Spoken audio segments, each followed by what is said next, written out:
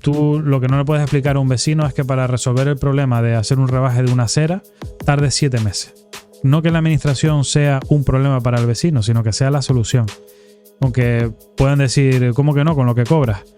No lo aguanta. O sea, al final, por lo menos en mi caso y muchos de mis compañeros, no estamos por un salario. Muchos de mis compañeros cobrarían más en su profesión. Tenemos que hacerlo ver de alguna manera para quitar esa imagen de político no hace nada, a las 12 va a la casa y esas cosas que no son verdad. Todo lo contrario. ¿Qué hacemos con el tema de la inmigración? ¿Es realmente un problema la inmigración? La inmigración irregular y ilegal es un problema, por supuesto. Y lo hablábamos antes del tema de la posibilidad de carga que pueden tener las islas. Que leí una noticia de que el estadio donde el Tenerife juega, que es el Heliodoro aquí en San Sebastián, lo van a poner en la laguna. ¿Qué es lo que pasa con el hotel de la Tejita? ¿Es legal? ¿Es ilegal? ¿Se va a hacer? ¿No se va a hacer? ¿Cómo fue toda esa historia? ¿Sabes algo del tema? ¿Por qué hay una ley de amnistía? Porque el presidente del gobierno, Pedro Sánchez, necesita los votos de las personas afectadas por la amnistía. Llámese Esquerra Republicana o Junts, el partido de Puigdemont. Como yo necesito esos diputados para yo poder ser presidente del gobierno, les ofrezco esto y se los doy. El Tito Berni. Que todo el mundo como que tiene miedo a hablar de este tema. Esto entiendo que no salpica a la coalición canaria.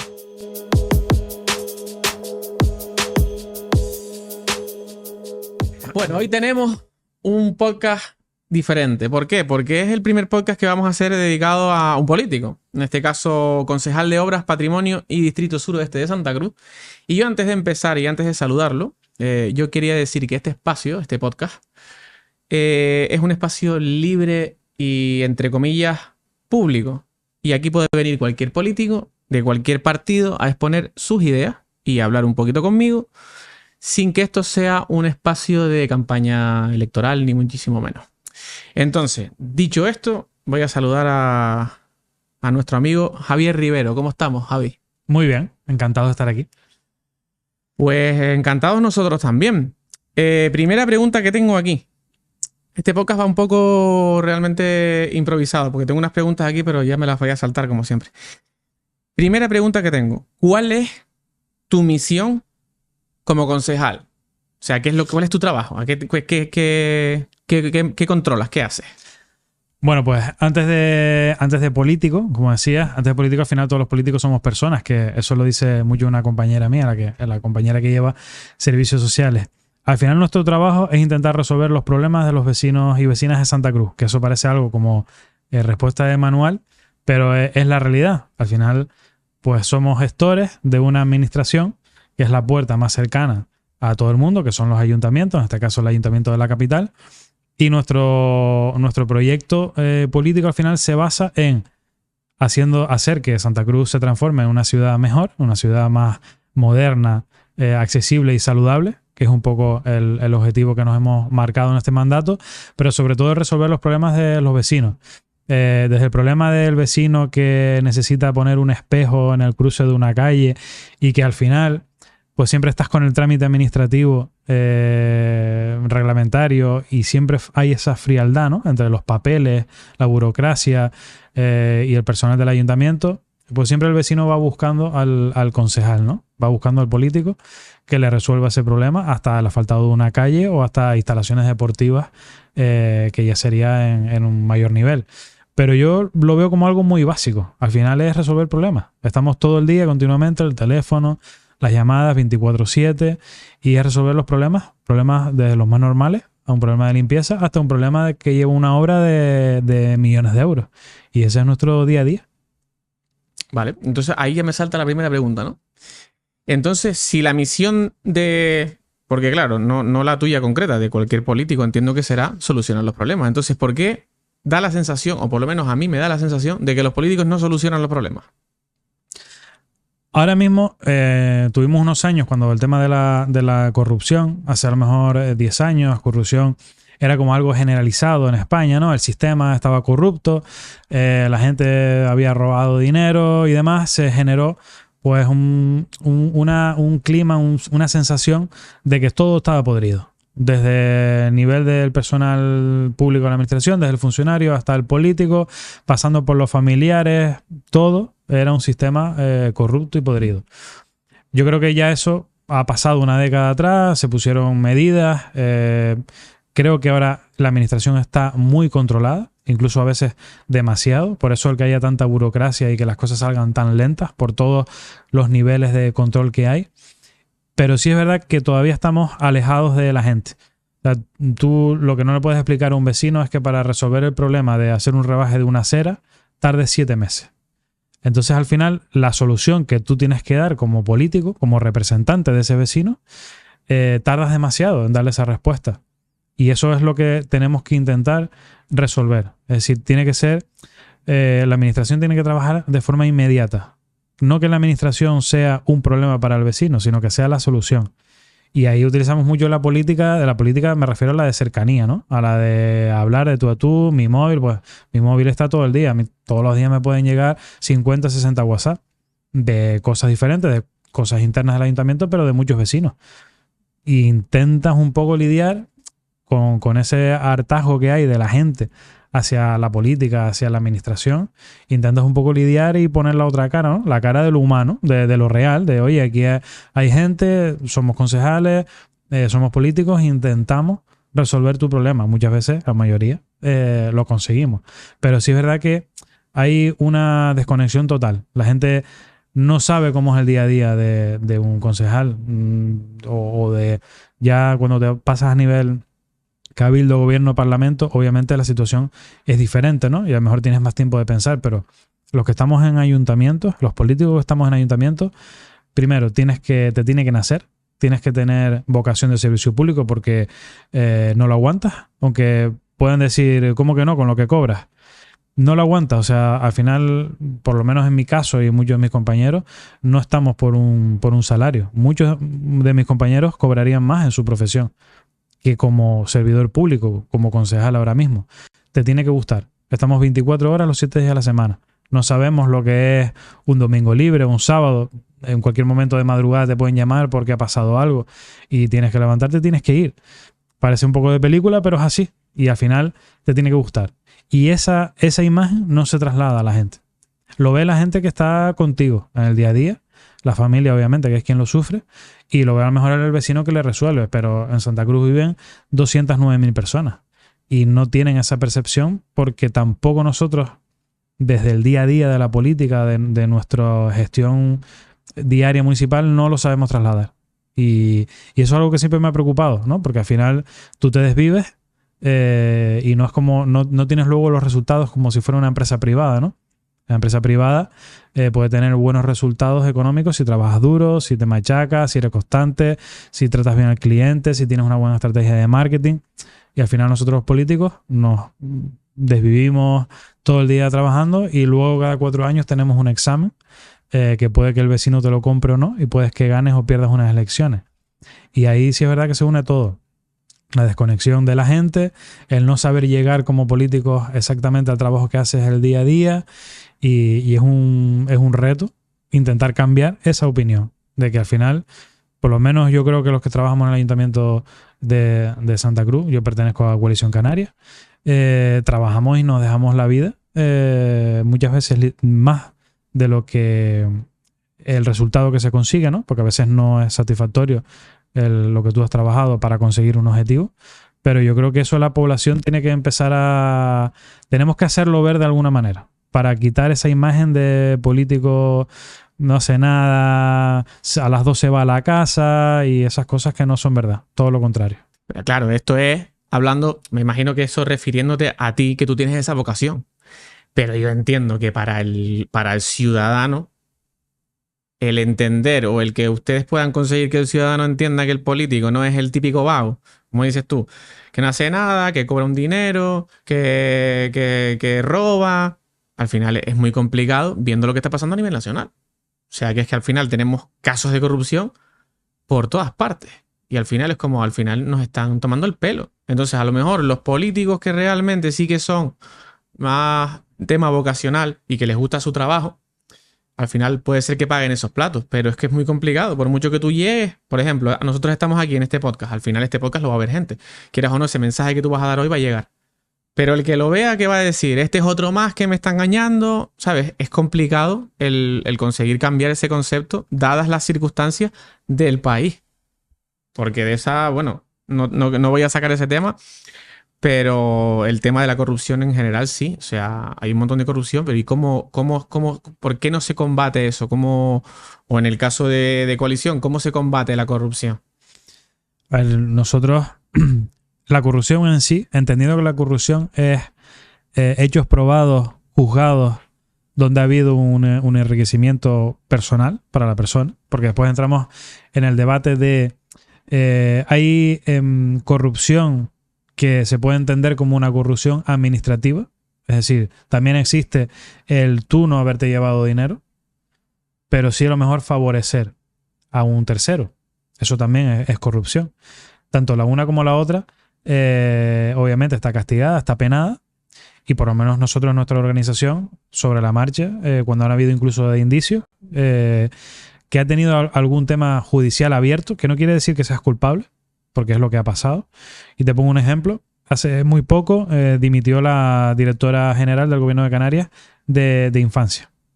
Sandra Rodríguez había sido alcaldesa del Puerto de la Cruz, concejal del Puerto de la Cruz, y se presenta una denuncia por un grupo de personas, una asociación creo que fue, se presenta una denuncia. Esa denuncia se presenta cuando ella estaba como concejal en el Ayuntamiento del Puerto de la Cruz.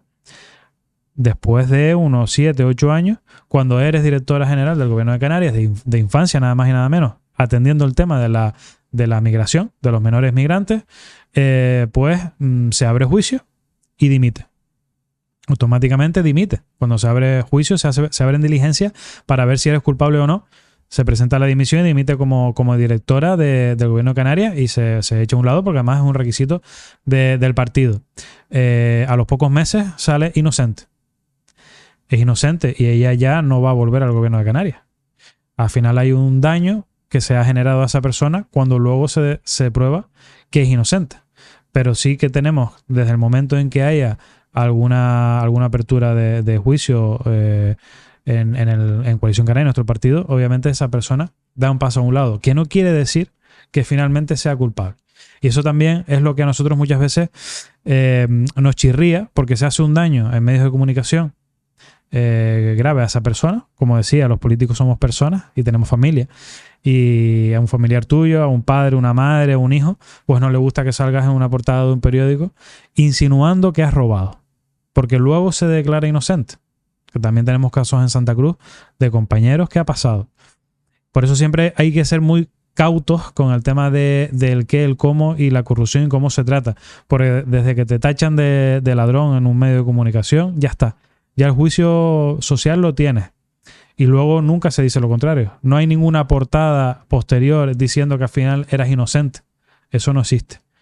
Y por lo tanto eso también ayuda a que la gente se sienta completamente defraudada de la política. Porque se intenta hacer ver como que el político es esa persona que está en un club social, en un nivel social alto, que tienes un coche de clase alta, para no nombrar ninguna marca. Y al final, esa realidad yo no la he vivido nunca. Yo llevo pues 15 años afiliado a Coalición Canaria y yo esa realidad no la he visto nunca. A mi alrededor por lo menos no la he visto. En lo municipal no lo he visto y en lo insular a nivel de cabildo tampoco. Yo lo único que he visto es gente que trabaja un montón. Sí es verdad que se han dado casos de corrupción y la única manera de combatirla obviamente es teniendo siempre esa convicción de que si ves cualquier cosa que pueda olerte mal, incluso dentro de la propia institución, no tiene que ser a nivel político, eso tienes que ponerlo de manos de los juzgados. Puedes ir a la fiscalía directamente y eso lo tienes que hacer. Y si hay que hacerlo dentro de la organización, también se hace y no nos tiembla el pulso de hacerlo. Si hay que apartar a una persona que puede tener indicios, también se hace y se ha hecho. Y al final esa es la única manera de un poco limpiar la imagen, ¿no? Y al final tenemos ahora mismo un presidente del Gobierno de Canarias, que es Fernando Clavijo, que en el anterior mandato, desde que fue concejal de La Laguna, sufrió la persecución política a través de denuncias vía judicial, porque esa es otra variable que es la judicialización de la política, que yo creo que toda la clase política estamos en contra de eso, ¿no? De utilizar los juzgados para resolver cosas políticas, ¿no? Bueno, todos los políticos están en contra, no sé yo. Al igual... El que no le interesa, no. Pero, por ejemplo, ese caso de Fernando Clavijo, que estuvo en juicio por dos casos principales a través de ser alcalde del Ayuntamiento de La Laguna, el caso Reparo o el caso Grúa. Primero, el caso Grúa salió inocente y luego el caso Reparo salió inocente, y a pesar de salir inocente, Podemos en La Laguna, Santiago Pérez y Rubén Ascanio, en el ayuntamiento, siendo concejales del Ayuntamiento de La Laguna en el mandato pasado, siguieron denunciando a instancias más altas hasta que llegaron al Supremo. Y seguía saliendo como que era inocente. Al final Fernando Clavijo es inocente. En su momento, en el 2019, cuando se presentan las elecciones, la campaña en contra de Coalición Canaria y contra Fernando Clavijo, de la oposición, en ese momento el PSOE, se centró en que era un corrupto. Y por eso posiblemente no se tuvo un mejor resultado en el 2019. Y luego, a los años, sale inocente. Nadie pide perdón ahí.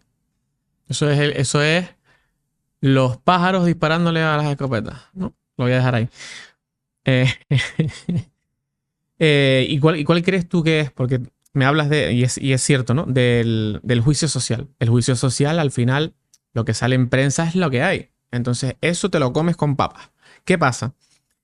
¿Cuál es ese interés de la prensa en hacer eso? Eso puede ser porque la prensa esté financiada o por determinados partidos políticos a los cuales les interesa que ese político en concreto tenga un juicio social. La prensa entiende que es el cuarto poder. En el Estado hay tres poderes, ¿no? El poder legislativo, el poder judicial y el poder ejecutivo. Y la empresa entiende que es el cuarto poder, parte de la prensa.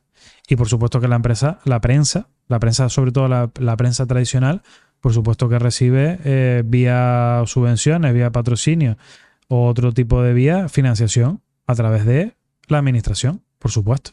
Y por supuesto que todo el mundo sabe que si lees un periódico o lees el otro, tiene una tendencia ideológica u otra. Todo el mundo sabe que si lees El País es porque es de izquierda, que si lees El Mundo es porque eres de derecha. Y después tienes La Razón y tienes otros medios. En Canarias obviamente igual. Y al final, tanto la línea editorial o de las personas que están responsables de un medio de comunicación tiran hacia un partido o el otro. Y si quieres cargar contra un partido, obviamente también se utilizan los medios de comunicación. Creo que eso no se descubre nada nuevo, pero sí es cierto que mucha gente, la gente de a pie lo desconoce. Y ya luego, si nos metemos en esos medios de comunicación dentro de las redes sociales, por ganar un like, pueden poner cualquier cosa. Cualquier titular, aunque no sea real, Bermúdez, 2 puntos, tal cosa. Al igual luego el contenido y la noticia no es así, pero te lo hacen entrever. Y obviamente que detrás de la prensa muchas veces hay intereses políticos, por supuesto, porque la prensa se entiende como que es un generador de opinión, ¿no? Entonces, oye, estamos afortunadamente viviendo una apertura de cómo llegamos hacia la gente, ¿no? Cómo llega el político a la gente, cómo le cuento yo, como concejal del suroeste, por ejemplo, cómo le cuento yo a la gente que renovamos el alumbrado de una cancha deportiva en La Gallega. Pues antes tradicionalmente se hacía, haces una nota de prensa, mandas la nota de prensa, sale en el periódico y ya. Luego, oye, pues publicamos una foto en la página de Facebook del ayuntamiento. Redes, tal. Yo creo que le tenemos que dar un paso más allá y afortunadamente tenemos herramientas a través de la plataforma para no estar tan encorsetados a que tenga que salir sí o sí a través del medio de comunicación. Yo quiero llegar al vecino de La Gallega, al vecino del Sobradillo, yo quiero llegar por mis propios medios para yo también poder tener la libertad de poder llegar de forma rápida y directa al vecino. Claro, sin tener que pasar a través de un medio de comunicación que, bueno, puede hacerlo exactamente igual lo que yo quiero transmitir o no. Ya te digo yo que no, porque eso es, vamos, eso es así. Por eso yo siempre digo que esto es un espacio libre y el mensaje que las personas que vienen aquí a que yo las entreviste dan aquí, sale tal cual lo dicen. Yo no hago cortes ni hago nada. Repito, vuelvo y lo repito. Aquí no hay cortes. Esto es como si fuese un directo. Así que el mensaje, muchas veces a través de la prensa, se tergiversa, se corta, no llega al mensaje real. Yo digo, hay una cosa y luego el que lee el periódico no lee todo lo que yo he dicho. Si yo de una frase o de un párrafo recorto una frase, esa frase es tergiversable. Entonces, ahí es donde yo siempre tengo la opinión de, oye, ¿y por qué los medios de comunicación tienen que estar financiados por dinero público? ¿Y por qué? O sea, los medios de comunicación deberían de ser neutrales. O sea, son para comunicar. Esta taza es blanca, amarilla y punto. No, o sea, no están para ver, para tirar por un partido, tirar por otro. O sea, la prensa debería ser neutral. O sea, tú infórmame y ya veré yo lo que pienso. Lo que pasa es que eso no interesa. No, y los medios de comunicación están también asumiendo que están teniendo una trascendencia, la tradicional. Los medios de comunicación tradicionales. Por ejemplo, el papel, están asumiendo que tienen que renovarse y cambiar su modo de trabajar, porque posiblemente a 5 o 10 años vistas el papel será algo anecdótico a nivel de periódico diario, ¿no? De papel. Entonces, claro, ahí cada vez más se suman a la plataforma digital. La plataforma digital al final también funciona en visualizaciones. Necesitan ser virales. Porque si no, claro, si no llega, clickbait para que la gente diga, ¿en serio? Tal, a ver. Y tienes que meterle financiación para que puedan llegar a un público objetivo. Le tienes que meter financiación. Pero es que eso también lo puede hacer el político. Yo tengo una página de perfil Facebook, porque al final Facebook es la plataforma de Meta, ¿no? Que te trabaja con Instagram. No quiere decir que Facebook sea la página principal, porque al final funciona solo como herramienta transmisora del Facebook Business, que al final funciona con Instagram también. Yo puedo poner publicidad pagada por mi bolsillo, porque además esos son los requisitos que te pone Facebook, que están muy bien puestos, porque si es una publicidad que tiene ámbito político o social, tiene que aparecerte perfectamente arriba. Publicación promocionada, pagada por Javier Rivero. Para eso tengo una página web creada, porque tienes que tenerla enlazada a toda esa herramienta. Yo puedo poner dinero directamente para promocionar una publicación mía. Por lo tanto, no tengo que depender del medio de comunicación. Y eso yo creo que va a ir en aumento, y que al final yo creo que la parte de transmitir políticamente tu mensaje a tu votante cada vez va a ir más desde el punto de vista de lo personal. De lo personal como representante, como político, y también de lo personal a través de los partidos políticos, ¿no? De un poco mantienes el medio de comunicación, por supuesto que sí, porque además yo creo que es un pilar fundamental. La gente necesita estar informada y los periodistas hacen un trabajo exquisito, pero sí es verdad que hay líneas editoriales que obviamente te llegan por redes sociales y te influyen. Te llega un difundido de OK Diario y bueno, esa noticia de OK Diario empieza a caminar como la pólvora a través de los WhatsApp, y luego realmente la noticia no es tan veraz como debería ser, ¿no? Entonces, estamos siempre caminando con los medios de comunicación en una plataforma un poco inestable. Por eso creo que tenemos que ser, cuanto más libres seamos todos, ¿no? También los políticos tenemos que ser libres para poder decir lo que queramos y poder transmitir lo que queramos. Y punto. Directamente de la cocina a la mesa, pues del concejal, del representante al vecino. Y que el vecino también te pueda devolver a ti la jugada. Todo eso si no te censuran de por medio. Porque esa es otra que eso ya no es ni político, yo creo yo. O sí.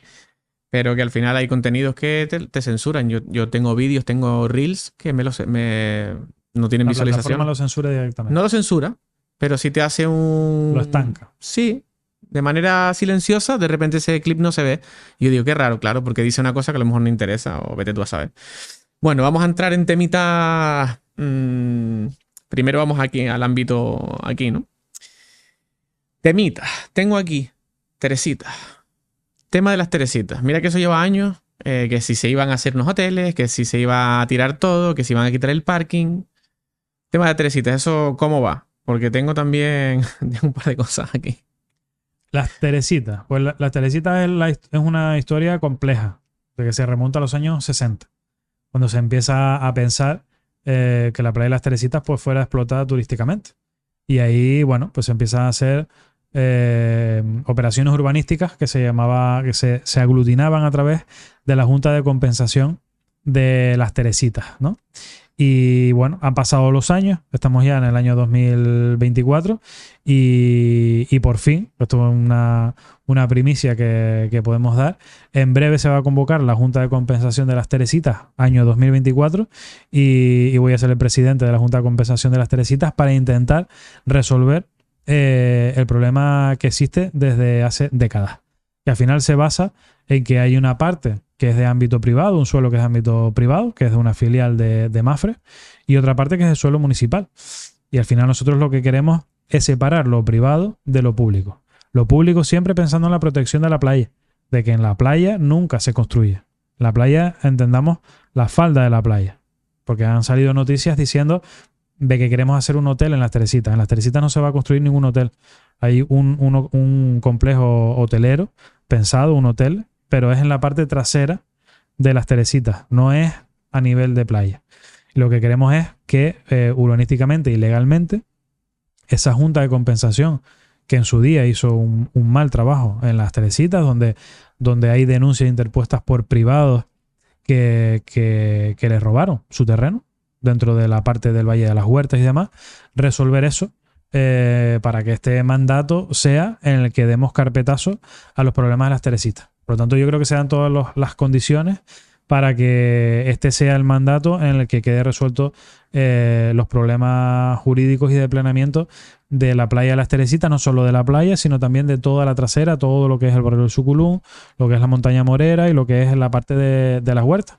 Y bueno, pues me toca a mí afrontar ese reto con el resto del personal del ayuntamiento que hemos sido designados como miembros de la Junta de Compensación de las Teresitas, votado a favor en una asamblea por los propietarios minoritarios del suelo de las Teresitas. Y yo creo que eso es un objetivo alcanzar y irrenunciable de aquí al año 2027, que tenemos que resolver este problema para empezar a marcar un antes y después en la playa, con una playa que podamos urbanizar, porque la playa de las Teresitas no es una playa urbana, no tiene servicios, no tiene alcantarillado, no tiene alumbrado público, porque no es una playa urbana.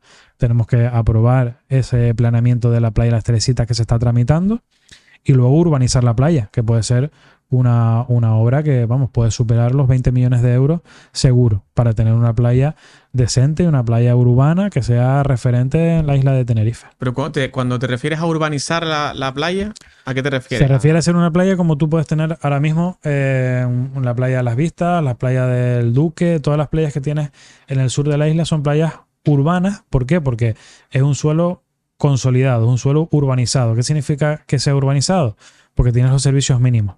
Tienes aceras, tienes alcantarillado, tienes recogida de agua de lluvia, tienes telecomunicaciones, tienes alumbrado público.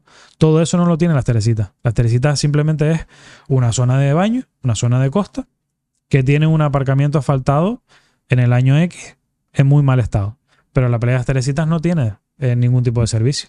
Es como la playa de las Teresitas tiene la misma consideración que la playa de Taganana o que la playa de Benijo. No tienes un ámbito urbanizado que la convierta en una playa urbana. No tiene servicio. Entonces, para poder llegar a esa playa urbana, o esa playa urbanizada, como si fueras a dar un paseo por los Cristianos, por las Américas, como tienes todo, para eso primero tienes que aprobar el planeamiento, que es la herramienta que te dice, bueno, pues aquí va un paseo por el litoral, aquí va una zona de aparcamiento, aquí van los jardines, aquí va una zona deportiva, aquí va un aparcamiento cubierto. Eso es. O restaurantes, cosas de ocio también. Cosas de ocio, lo que sea. Eso es lo que se está redactando. Y una vez redactado y aprobado, que eso es un trabajo de años, luego tienes que ejecutar la urbanización para que la playa sea una playa consolidada y urbana. Por ejemplo, todo lo que hay hoy en las Teresitas, los baños o los kioscos que hay en las Teresitas, el servicio de alcantarillado que hay son depósitos que hay que vaciar. No hay red de alcantarillado en la playa de las Teresitas. Entonces, eso te impide hacer muchas cosas. Por ejemplo, cosas de organizar actividades. No puedes organizar una actividad en una playa que no tiene alumbrado público. Una actividad que no sea diurna, ¿no? Que no sea con la luz del sol. Y ese es un reto. Tenemos esos dos retos. Planeamiento de la playa de las Teresitas para luego ejecutar obras. y el reto que me toca directamente a mí, que es resolver todo el tema administrativo y jurídico con la Junta de Compensación de las Teresitas, que viene arrastrándose desde los años 60. ¿Y te ves preparado, Javi? Me veo respaldado por el personal municipal, funcionarios del ayuntamiento, que son los que conforman esta Junta de Compensación. Vamos, que es un personal, la verdad que tenemos que reconocer que el personal que tiene el Ayuntamiento de Santa Cruz ahora mismo es exquisito, y sobre todo cuando son temas tan complejos que se le busca la solución, jurídicamente complejos, y tenemos unos juristas en el ayuntamiento y sobre todo en la Gerencia Municipal de Urbanismo y en las áreas importantes que son las que van a llevar este tema, que van a estar a la altura sobradamente para poder resolver esto y que podamos, sobre todo, devolver a los vecinos y vecinas de la zona del Valle de las Huertas el perjuicio que se le ha causado desde la época de sus abuelos. Y bueno, tenemos esa mochila y estamos empezando ese camino, que lo vamos a empezar este año. Pues te deseo toda la suerte del mundo y ojalá se cierre eso, porque ya va siendo hora. Bien, tema Teresita, lo cerramos. Tengo una noticia que vi el otro día que aparecía. Van a quitar al Tenerife del Heliodoro. O sea, ¿esto cómo es? Que leí una noticia de que el estadio donde el Tenerife juega, que es el Heliodoro aquí en San Sebastián, lo van a poner en la laguna. ¿Esto cómo va? Eso es una fake news. ¿Es una fake news? No, a ver, el Heliodoro, todo el mundo, todos sabemos que el estadio del Heliodoro se ha quedado obsoleto, ¿no? Se ha quedado incluso para el juego del Club Deportivo Tenerife, nadie se lo esconde. Es más, el Cabildo está tramitando un proyecto de obra para ponerlo al día. Pero sí es cierto que más ahora que hemos tenido festivales, que estamos teniendo un verano lleno de festivales, sí es cierto que se piensa en que el estadio del Tenerife, el estadio que además es un estadio del Cabildo de Tenerife, debe aspirar a más. ¿Cuál es el problema? Que en el espacio, en el entorno donde está el estadio, no lo puedes ampliar. La única manera de ampliarlo sería abrir hacia San Sebastián, porque hacia el otro lado estamos construyendo el nuevo pabellón municipal de deportes, que son 22 millones de euros. Aprovecho y meto ahí la cuñita. Y la única parte que te das hacia San Sebastián para poder ampliar, y es una obra que no sería viable técnica ni económicamente para el resultado que vas a tener. Entonces se piensa en, oye, habrá que construir un estadio mayor, con más capacidad, que también además no solo lo deportivo, sino un estadio que pueda acoger eventos para mucho más aforo, que por ejemplo el concierto que tuvimos en el estadio, que fueron 35.000 personas hace poco. Y ese es el debate. Ahí surge una idea del alcalde de La Laguna de decir, bueno, pues buscamos suelo en La Laguna para hacerlo, pero el estadio no puede salir del municipio de Santa Cruz. Primero, porque somos la capital, y segundo, porque la historia del Club Deportivo Tenerife ha estado ligada siempre a la historia de la ciudad. Siempre ha estado en Santa Cruz, ha estado en el mismo sitio. Y por supuesto que tenemos suelo en Santa Cruz para construir un estadio más grande. Ahí tenemos el suroeste de Santa Cruz, que es ese distrito nuevo, joven y en crecimiento, que tiene suelo tanto en el planeamiento, o sea, en el plan general de Santa Cruz a día de hoy, como lo puede tener en el futuro. Tiene suelo para construir un nuevo estadio. Un nuevo estadio que no solo sea para el Club Deportivo Tenerife, y además en una situación de Santa Cruz privilegiada, al lado de las principales autopistas, como la autopista del sur o la TF2, la conexión norte-sur, que puede dar mucho juego a la isla. Puede estar en un sitio privilegiado, pero el estadio no puede salir de Santa Cruz. O sea, el Tenerife no va a jugar en La Laguna. El Tenerife no juega en La Laguna, entrena en La Laguna. Ahí está la ciudad deportiva. Yo creo que fue una apuesta en su momento. La ciudad deportiva del Club Deportivo Tenerife está en San Cristóbal de La Laguna. Pero el estadio principal de la isla estará en Santa Cruz de Tenerife. Bueno, pues ya no hay discusión aquí entonces. Nos quedamos tranquilos los que vivimos en Santa Cruz. Vale, tachamos aquí, Heliodoro. Yo te quería preguntar aquí una cosa que tengo apuntada. Que esto me digas también que es una fake news. Resulta que en las elecciones europeas que se hicieron ahora, en un colegio de aquí, el Colegio Electoral de Santa Cruz, había ganado Junts. En Santa Clara. No sé. ¿Cómo puede pasar esto? Yo entiendo que es un error de la página. Hay una página que es donde salió esta noticia, una página web de un diario, de un periódico, que coge los datos de la Junta Electoral Central, los vuelca en su sistema, para que tú puedas mirar qué votó tu vecino, ¿no? En la mesa donde tú vives, tú pones el nombre de la calle, de la plaza, el barrio, y te aparece, ¿no? Te haces zoom y te aparece. Pero entiendo que es un error. Es decir, tenemos el recuento total de la Junta Electoral y en Santa Clara no ganó Junts. Pero tiene que haber un error entre los datos de la Junta Electoral y los datos del diario, ¿no? No es solo aquí. También pasó en otros puntos más de España que no tenía sentido, ¿no?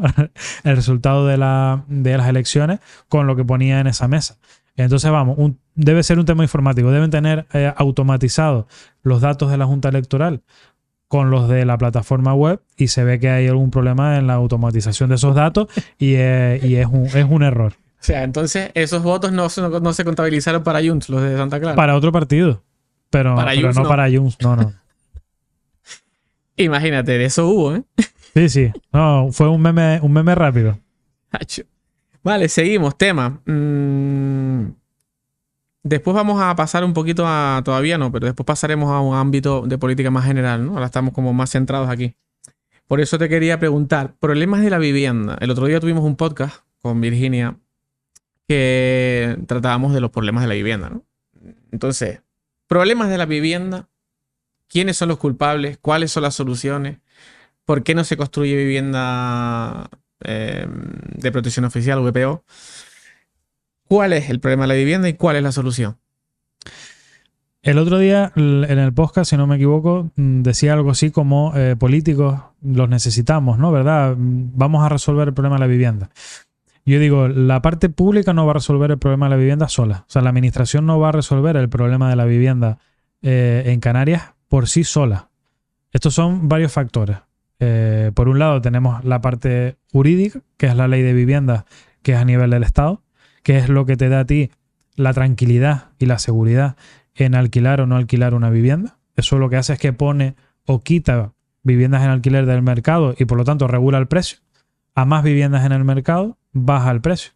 Si yo no tengo tranquilidad de que voy a alquilar una casa y que luego esa persona deje de pagar un alquiler y yo tener problemas y esa persona se queda en mi casa sin pagar el alquiler, obviamente no la voy a poner a alquilar. Porque al final me está generando un problema y un perjuicio de que yo tengo mi casa con unas personas dentro viviendo que no pagan y yo no tengo herramientas para que eso sea rápido, de que al igual al mes, oye, esa persona tiene que abandonar la vivienda. Eso es la ley del Estado y eso hay que modificarla y tienen que modificarla a nivel del Estado. Y luego hay otros condicionantes para que la situación de la vivienda sea como está. Uno creo que es el tema del alquiler vacacional. En el sentido práctico de la palabra el alquiler vacacional se ve como una posibilidad económica para el canario que pone su vivienda en alquiler vacacional en vez de ponerlo en alquiler a largo plazo y que puede sacarse un dinerito como en la época de los apartamentos en los años 80 en el sur, que se construían apartamentos y con eso pues al final se generaba economía para el canario, ¿no? Porque no eran grandes cadenas hoteleras, sino el apartamento pues era mucha gente de aquí que al final construía pequeños complejos de apartamentos y con eso vivía. Eso puede ser que el canario se nutra de una vivienda vacacional. El problema es cuando se pervierte el sistema, ¿no? Y el sistema de la vivienda vacacional yo lo veo en que todos los ayuntamientos de Canarias tienen, o la mayoría tienen en su planeamiento, en el documento que te dice dónde va una plaza, dónde va una casa, te dice dónde hay suelo residencial. Suelo residencial para construir vivienda, para que la gente viva y desarrolle su futuro de vida con su familia. Y hay otro suelo que es de ámbito turístico. El problema es que si tú utilizas el suelo turístico para viviendas residenciales, obviamente estás quitando a capacidad hotelera de la isla. Y al revés pasa lo mismo. Si cogemos suelo residencial, por ejemplo, oye, un solar en Barranco Grande que tiene uso residencial y en ese solar, en ese edificio de Barranco Grande, ponemos viviendas vacacionales, estamos haciendo un uso turístico en un suelo residencial. Y al igual que yo no puedo hacer un uso residencial en un suelo turístico, no debería poder hacer un uso turístico en un suelo residencial, para que nos entendamos. Si yo cojo las viviendas que son para la gente, para que la gente viva, y las pongo en uso turístico, porque yo le saco una rentabilidad, al final lo que vas a quitar del mercado es casas para que la gente pueda vivir, en pro de sacar un beneficio para el propietario de esa vivienda en el sector turístico. Otra cosa diferente es una casa en un sitio Taganana, por ejemplo, que para un pueblo como Taganana, una vivienda vacacional puede ser un revulsivo para la economía, porque vas a tener ahí un alojamiento turístico que irá al bar, que irá a comprar a la venta, y eso le puede venir bien. Por eso hay que regularlo, para que no se pervierta el tema. Y es lo que se está intentando hacer ahora con el gobierno de Canarias. Está intentando regular el alquiler vacacional para que las cosas estén donde tengan que estar. Y punto. Es tan simple como eso. Por lo tanto, una parte es ley de vivienda, otra la regulación del alquiler vacacional y otra la construcción de vivienda.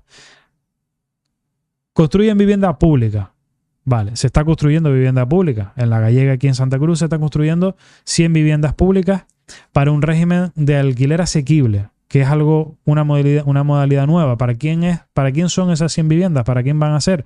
Obviamente para demandantes de vivienda pública del gobierno de Canarias, que hay un listado, y que en Santa Cruz son 3.000 personas que demandan una vivienda pública, pero no en un alquiler social, sino un alquiler para gente que trabaja, pero que no puede acceder a una vivienda en alquiler, porque ahora mismo aunque trabajes no puedes acceder, porque el precio es demasiado elevado y porque las condiciones que te ponen de avales y de fianza, meses de fianza, etcétera, hacen que mucha gente que trabaja no pueda alquilar. Entonces, estas viviendas que se están construyendo en La Gallega son para personas que a lo mejor van a pagar 350, 400 euros de alquiler. Van a pagar un alquiler, pero van a pagar un alquiler asequible. Y es para personas que trabajen. ¿Cuánto tardamos en construir esas 100 viviendas? 3 años. Desde que tú empiezas la construcción de la vivienda, es más, desde que sacas a concurso público la construcción de la vivienda hasta que finalizas la vivienda, pueden pasar 3 años. La solución aquí y ahora es construir vivienda pública. La solución de la vivienda pública, construyendo ahora, la tendrás dentro de 3 años. Pero el problema es aquí y ahora. Y aquí y ahora tienes que regular. ¿Tienes que regular para qué? Para poder poner viviendas en alquiler en el mercado cuanto antes. Y para eso tienes que darle seguridad jurídica al propietario. Que si yo sé que me dejan de pagar, yo tener herramientas para que esa persona pueda salir de mi domicilio y ponerlo otra vez en el alquiler. Y número 2, regular el tema del alquiler vacacional y también, ¿por qué no?, el tema de la compra de viviendas a extranjeros. Eso en la capital, en Santa Cruz, zona metropolitana, no se da tanto, pero sí es verdad que en la zona sur, la persona que viene de otros países de Europa a comprar vivienda para ponerla en alquiler vacacional, viene y la compra sin problema, sin hipoteca. Cada vez ha crecido más la compra de vivienda en Canarias que no tiene financiación, sino que es directamente a través de transferencia bancaria, porque al final es gente que viene a hacer negocio. O sea, yo tengo un nivel adquisitivo mucho mayor que el canario, que somos los que vivimos y los que buscamos vivienda para seguir viviendo en Canarias. Yo vengo de un país como puede ser Alemania, por decir uno, tengo un nivel adquisitivo mucho más alto, vengo y compro una vivienda y esa vivienda la pongo en alquiler vacacional y saco un rendimiento económico con eso. Eso también hay que controlarlo, porque al final lo que está pasando es que lo que la administración planifica, lo que la administración hace o lo que la administración construye, siempre se va a quedar corto, porque nunca la administración sola va a poder ofertar, por ejemplo, 3.000 viviendas para los demandantes de vivienda pública que hay en Santa Cruz. Y quien diga eso no entiende la realidad de plazo de construcción, de crecimiento de la población, de la demanda. Y ya si me meto en el charco, me meto del todo en el sentido de somos un territorio limitado, Canarias es un territorio limitado, sí. Estamos rodeados de agua, cada isla. ¿Podemos seguir creciendo? ¿Podemos seguir construyendo viviendas sin límite? ¿Podemos seguir construyendo centros de salud sin límite? ¿Podemos construir carreteras sin límite?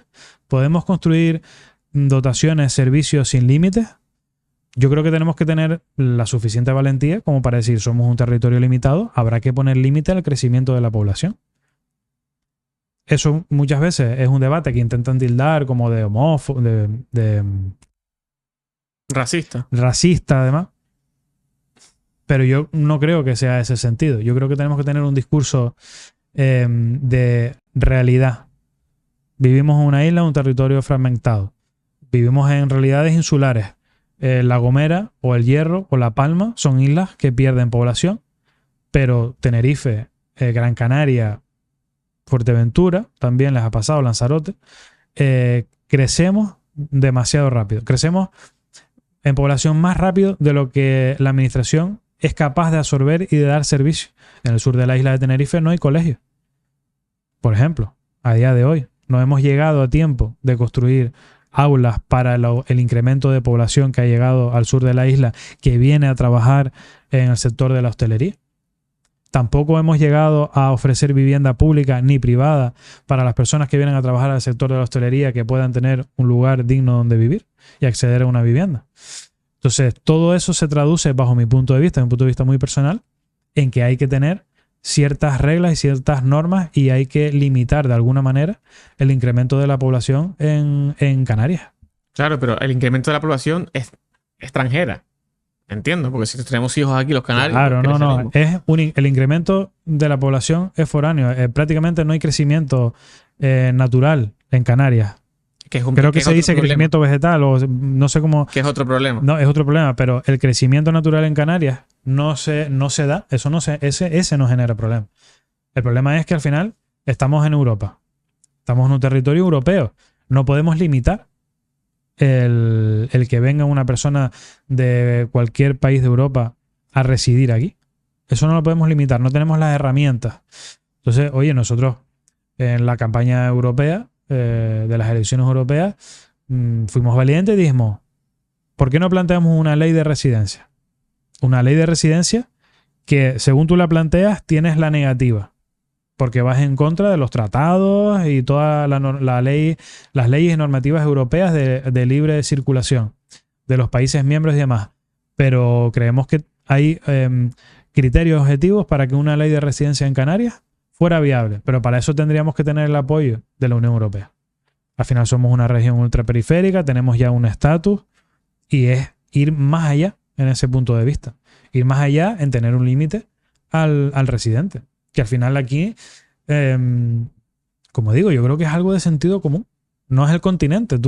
Cualquier persona que viene de cualquier país europeo, llega a Madrid, llega a Barcelona, por carretera mismo te puedes ir a cualquier otro punto de Europa. Y tienes una capacidad de absorción mucho mayor de la población. Pero aquí estamos en un territorio limitado que al final no puedes crecer. Si sigues creciendo te sales hacia el mar. Entonces, oye, ¿hay un crecimiento que puede ser asumido por Canarias? Sí. Digamos cuál, digamos cómo y en qué plazo. ¿Y en eso está trabajando el gobierno? En eso no se está trabajando decididamente porque al final estás en contra del ordenamiento jurídico. Pero yo creo que las manifestaciones que han habido, por ejemplo, del 20A, que están planteando hacer una manifestación también en verano y demás, yo creo que ese es el transformo de la gente. La gente está preocupada, cansada de que tú, por ejemplo, no puedas irte de casa de tus padres porque al final no tienes ningún sitio donde ir a vivir. Estamos pensando ahora, con 30 años, en compartir habitaciones. O sea, compartir casa, alquilando habitaciones. Con 30, 35 años. ¿Qué expectativa de vida tienes? ¿Cómo vas a formar una familia si no puedes tener un sitio donde vivir fuera de casa de tus padres? No, y complicado. esa es... Entonces, todo eso la gente lo vincula al turismo, a la masificación y demás. Yo creo que más que ir por ahí, por la parte turística, que tiene una regulación y que hay que poner el tema de la vacacional, sí, sobre la mesa y regularla, pero un complejo hotelero tiene un sitio donde construirse y punto. O sea, un hotel no se va a construir en taco.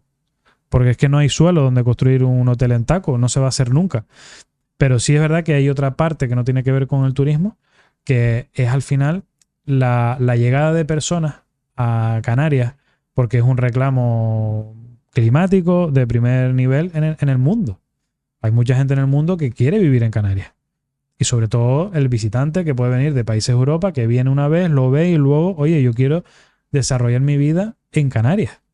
Y al final eso a ti te merma de los recursos públicos para la gente de Canarias, recursos públicos y recursos privados. Y eso yo creo que hay que tomarlo con calma, hablarlo con calma, porque al final es un debate intenso que en el Parlamento siempre se ha intentado sacar. Cada X años en el Parlamento se debate de una ley de residencia sale, pero al final no termina con conclusiones, ¿no? Sino, oye, es un problema, pero hay a veces contestación social. Pero yo creo que la contestación social que había hace unos años a ese tema en contra, ¿no? Yo creo que ahora sí es a favor. Y es una herramienta que hay que utilizar. No, ahora me sacaste otro tema porque me dijiste, un hotel no se va a construir. Entonces, ¿el hotel de la Tejita? ¿Esto qué es? Porque, de hecho, te digo que aparte tengo amigos en chat que siempre están con el tema, ¿no? ¿Qué es lo que pasa con el hotel de la Tejita? ¿Es legal? ¿Es ilegal? ¿Se va a hacer? ¿No se va a hacer? ¿Cómo fue toda esa historia? ¿Sabes algo del tema? Podemos unir la historia del Hotel de la Tejita también a Cuna del Alma. Exacto. Son dos suelos que tienen clasificación turística, de uso turístico, de ámbito privado, que cuentan con las licencias de los ayuntamientos. Quien otorga la licencia para construir siempre es el ayuntamiento, no es ni el gobierno ni es el cabildo. Y esos dos complejos hoteleros tienen licencia urbanística. Es más, se paraliza la obra, ellos recurren al juzgado y el juzgado les da la razón. Oye, ¿usted por qué le para la obra a esta gente si esta gente tiene licencia? ¿Dónde está el problema? El problema es que al igual hace 30 años, cuando ahí se dijo que se iba a poner un hotel, no se tenía que haber escrito que ahí iba un hotel. Y vuelvo al tema lo mismo de la vacacional. ¿Ahí hay un suelo turístico? Sí. Ese suelo turístico tiene todos los informes favorables, se puede construir, etcétera. Usted le da la licencia y construye. Es que si no me estás generando un perjuicio económico a mí, como dueño del suelo. Y luego tú, como administración, como ayuntamiento, tú me tienes que indemnizar a mí si no me dejas construir el hotel. ¿Por qué tú no me dejas a mí construir? ¿Tú tienes un suelo turístico? Sí. ¿El suelo es mío? Sí. ¿Me das la licencia? Sí. ¿Y ahora? Yo construyo. Se acabó. O sea, la herramienta de la parte pública tiene que decir, oye, no, como nosotros hacemos en Santa Cruz, en el frente de Playa Las Teresitas no va un hotel. Nunca pondremos suelo turístico, suelo para construir un hotel en el frente de Playa Las Teresitas. Eso es un compromiso político del Ayuntamiento de Santa Cruz. Nunca se va a construir nada. Eso será público, haremos un parque, lo que sea, pero un hotel no va a ir. Eso no pasó ni en el Ayuntamiento de Granadilla de Abona ni en el Ayuntamiento de Adeje. Tanto Adeje como Granadilla de Abona en su planeamiento pusieron suelo turístico. Un suelo de unos señores privados. Y lo que han hecho es desarrollar el suelo. Es como si yo vamos a nombrar otro barrio. Vamos a irnos al barrio de Salamanca. En el barrio de Salamanca yo tengo un suelo residencial. Y tú tienes un solar. Un solar de 200 metros cuadrados que quieres construir. Tienes el solar, es tuyo. Tienes un suelo que es residencial. Yo te doy la licencia y después te digo, no, es que no te dejo construir. ¿Por qué? El suelo es mío. Es residencial. Me das la licencia. Y ahora tú me paras la obra. Te meto en un pleito. Y además ese pleito yo lo voy a ganar porque yo tengo el título para construir.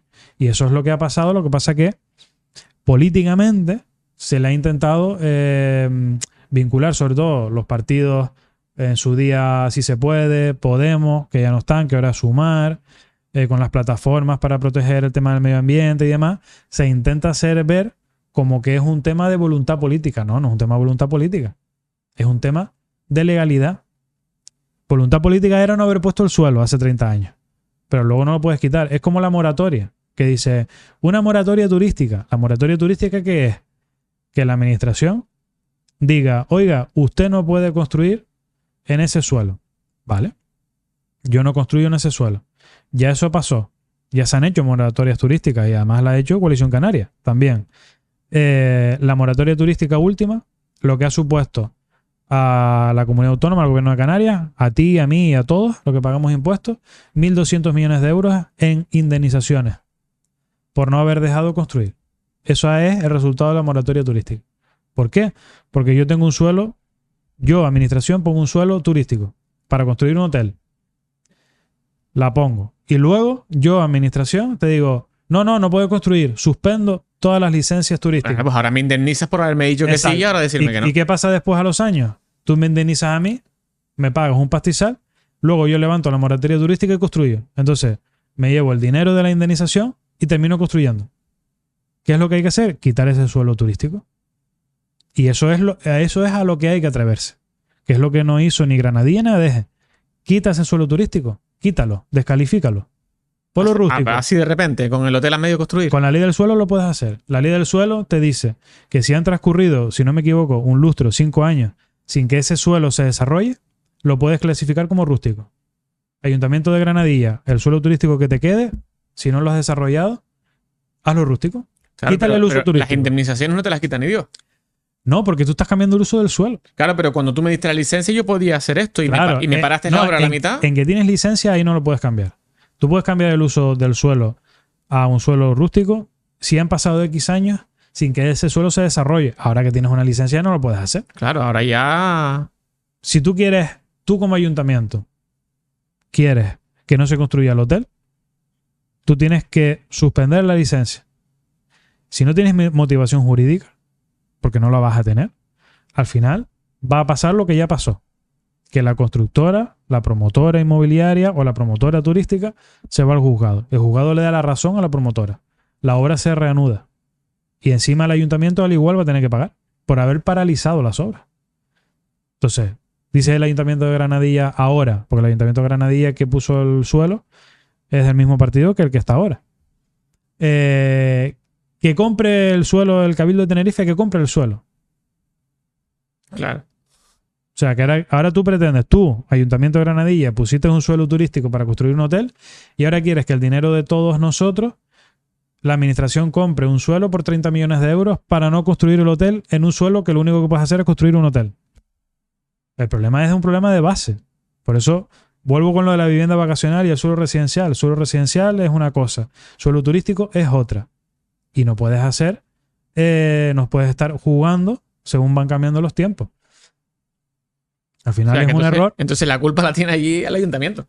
Claro. La culpa es quien dice que ese suelo es turístico. Si nosotros mañana, en el Ayuntamiento de Santa Cruz, Gerencia Municipal de Urbanismo, plan general que se vaya a redactar, que se va a redactar uno nuevo, cogemos y plantamos un suelo turístico en cualquier barrio de la ciudad, al igual hay una contestación social alrededor.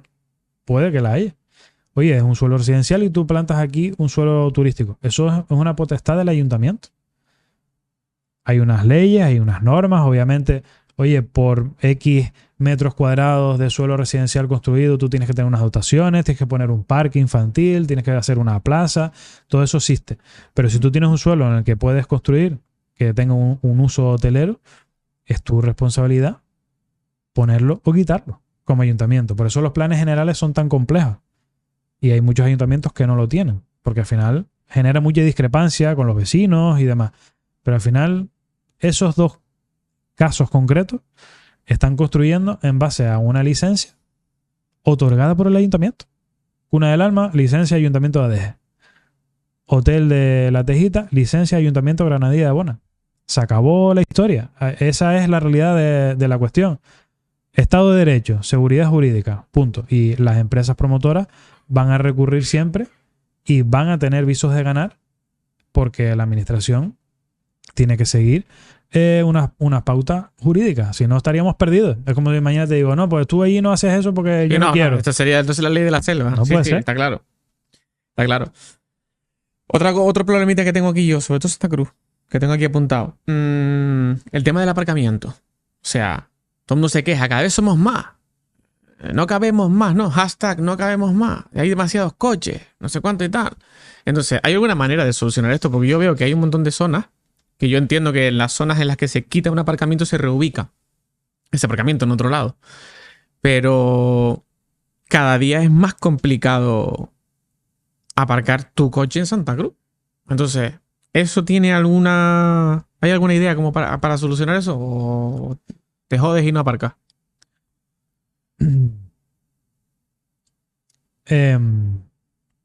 ¿Cómo empiezo para que lo puedas enlazar bien ahí? ¿Hay una solución para cada aparcamiento en la calle que se está quitando en Santa Cruz? ¿Hay una alternativa? No la hay. ¿La tiene que haber? Tengo mis dudas. Ahora mismo, como ciudad, como gran ciudad, estamos además obligados a implementar zonas como la zona de bajas emisiones, algo que que es bastante complejo y que se anuncia incluso que hay plataformas que van a recurrir vía judicial, no solo aquí en Santa Cruz, sino a nivel de España, por el tema de no limitar la entrada de vehículos, pero vamos hacia un modelo de ciudad que el vehículo privado no puede estar en la pirámide como lo principal. Las ciudades como Santa Cruz o como cualquier ciudad que se pensó en el siglo pasado, se pensaron en el vehículo privado, para usar el vehículo privado. Hasta hace 30 años, 40 años, habían coches aparcados por fuera de la Plaza del Príncipe, o en la calle Castillo, o en la calle San José. La calle San José tenía 4 carriles. Nadie se acuerda. Pero es que tenía 4 carriles la calle San José. Tú dices, imposible que esto quepa. 4 carriles de circulación. Eso ahí es impensable. Y ese camino que se emprendió en Santa Cruz, yo creo que de forma pionera con la zona urban en los años 90 y demás. Luego vino la peatonalización de las calles de La Laguna, que también fue muy, muy polémica y demás. Se entiende que al final las personas tienen que estar por encima del vehículo privado. Para tú poner a las personas por encima del vehículo privado, tienes que quitar el vehículo privado. Entre otras cosas, ¿por qué? Si tú coges una calle, pongo ejemplo, calle La Rosa, que estamos trabajando ahí con bastante sufrimiento, pero ahí estamos trabajando, una obra que lleva ahora mismo 1 año de retraso. Tú tienes un espacio de 3,50 para que pase el coche. El ancho del carril es de 3,50. Luego tienes aparcamientos a los 2 lados. Y luego tienes una acera de 1,20, si acaso. Menos de 1,20 en muchos casos. Una silla de ruedas mide 70 de ancho. Si va una silla de ruedas y se encuentra con otra, no pueden seguir. Un carrito de un niño, no pueden seguir. Por lo tanto, ¿qué tenemos que hacer? Ampliar las aceras. ¿Qué te dice la norma de accesibilidad en materia de aceras? Que las aceras tienen que ser como mínimo de 1,80 de ancho. Si tú quieres una acera de 1,80 de ancho, porque la tienes que hacer por norma, te tienes que cargar ¿qué es lo que te sobran? Los aparcamientos. De un lado. O de los dos. Bueno, de los dos, sí. En la calle La Rosa se van a dejar zonas de carga y descarga, aparcamientos para personas con movilidad reducida y aparcamientos de vehículos eléctricos. Y es lo que cabe, en las zonas que caben, porque se mantiene el 1,80 de acera y hay zonas donde puedes poner algunos aparcamientos. Entonces, estamos en una realidad de que estamos intentando cambiar los barrios y la zona centro de Santa Cruz para hacer cumplir la normativa nueva en materia de accesibilidad. Y eso te lleva a que tienes que tener aceras de 1,80. Y al final, si tú tienes un jardín o tienes un aparcamiento, tienes que privar a una zona de jardín o de aparcamiento para poder tener aceras de 1,80. Y que al final el coche pasa a un segundo plano y en primer plano se queda la persona primero, el peatón, y luego el transporte público. Y en tercer lugar el coche privado.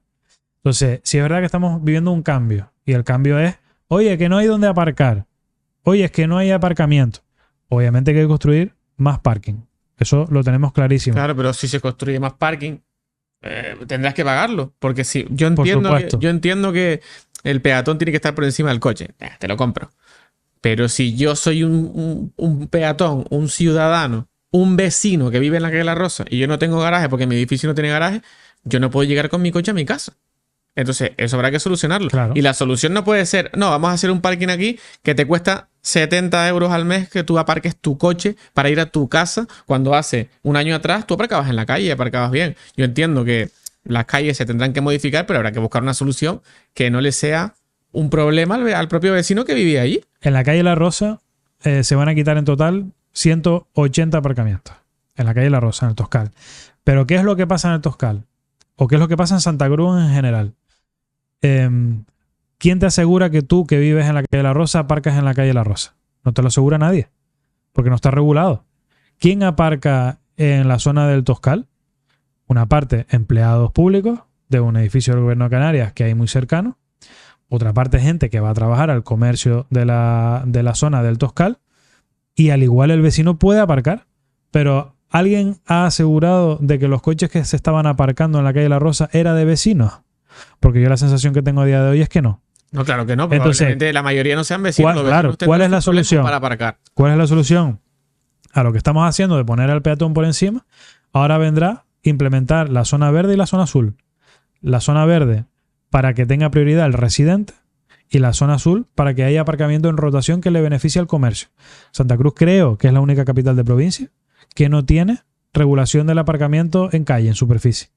Y eso es lo que va a venir aparejado a través de esto de la zona baja de emisiones y demás, la zona de estacionamiento regulado, para que tú, que eres vecino del Toscal o que eres vecino del barrio de Salamanca, tú tengas prioridad para aparcar porque tú vives ahí. Lo que no puede ser es que yo, que vengo de Santiago del Teide, por ejemplo,